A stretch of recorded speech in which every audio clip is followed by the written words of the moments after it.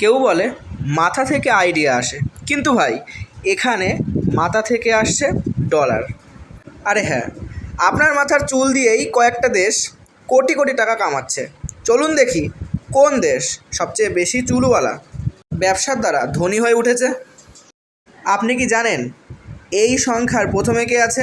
প্রথমেই ভারত। বছরে প্রায় 188.8 মিলিয়ন ডলারের চুল ভারত রপ্তানি করে থাকে। মানে হচ্ছে আইটি বলিউড না, আসলেই চুল দিয়েই দেশ চলছে, ঠিক এরকমই ব্যাপার, তাই না? দ্বিতীয়তে পাকিস্তান, 5.6 মিলিয়ন ডলার।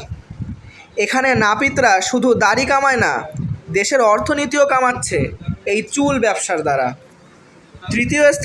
তৃতীয় স্থানে আছে আমেরিকা। হ্যাঁ, আমেরিকার মতো দেশও নাকি চুল রপ্তানিতে তৃতীয় স্থানে। তাহলে ভেবে দেখুন অর্থনীতি কোথায় রয়েছে। 1.2 মিলিয়ন ডলার।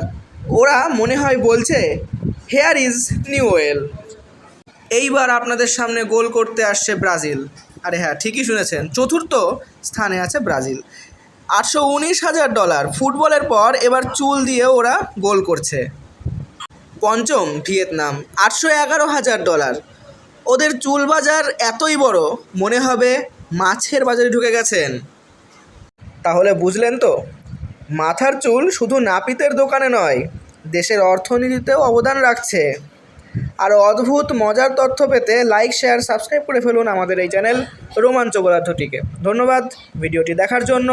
আবার দেখা হবে পরের ভিডিওতে অন্য কোনো টপিক নিয়ে।